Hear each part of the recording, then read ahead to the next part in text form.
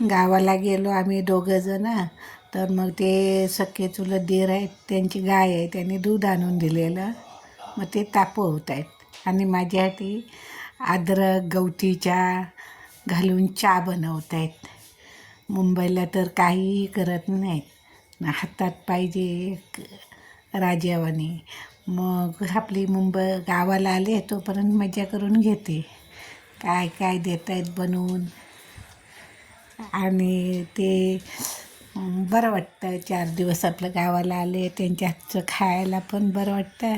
नाही तर काही इथे आपल्याच हाताने बनवायचं आणि आपणच खायचं ते एवढं काही इच्छा होत नाही खाण्याची. दुसऱ्याने कुणीतरी बनवून दिलं तर बरं वाटतं खायला. तर मग आता त्यांचा चहा चालू आहे. आणि गावाला खरंच आम्ही मग वार पाळतो ना, मग ते जेवण उरलेलं आहे मांसाहारचं रविवारचं, ते मग कुत्र्याला खायला घालायला त्यांना सांगते.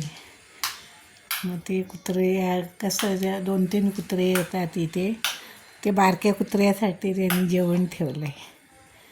तर मी म्हटलं आहे की आपण वार पाळतो, मग कशाला घरात ठेवताय, कोणतं पण कुत्रं खाऊ दे, नंतर आपण जेवू ते बारक्या कुत्र्यासाठी मग ते जेवण घालू. आता ते उरलेलं आहे ते घाला, त्या कोणतंही कुत्रं आलं आहे त्याला खायला. असं करून मग आमचं उरलेलं जेवण कुत्र्यांसाठी कुत्र्यांच्या मुखास लागत होतं. मुंबईला काही जेवणं फुकटच जात आहेत सगळे, कचऱ्याच्या डब्यात टाकतात. आपल्या गावाला मुख्य प्राण्याला तरी खायला भेटतं. कोंबडी, मांजर, कुत्रे, गाय, बैल अशी खातात उरलेली जेवणं. ते एक बरं पडतं. पण आम्ही काही गावाला जास्त दिवस राहत नाही, त्या कारणाने मग सर्व जॉबला जाणारे त्या कारणाने आम्हाला मुंबईलाच राहावं लागतं. माझे मिस्टर रिटायर झालेत पण सुना जॉबला जातात, त्या कारणाने आम्हाला नातवंड सांभाळावं लागतात.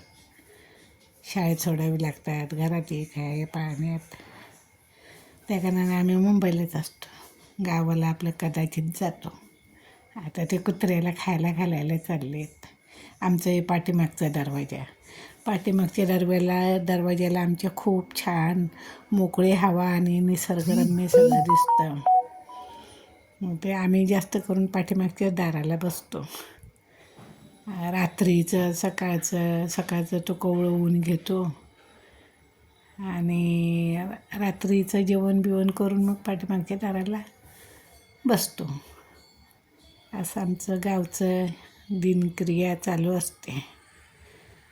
आणि अद्रक दाखवत आहेत,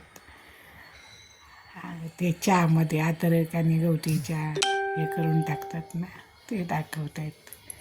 एवढं टाकू काय म्हणून. जास्त पण अद्रक चांगलं वाटत नाही, जळजळ लागते नरड्याला.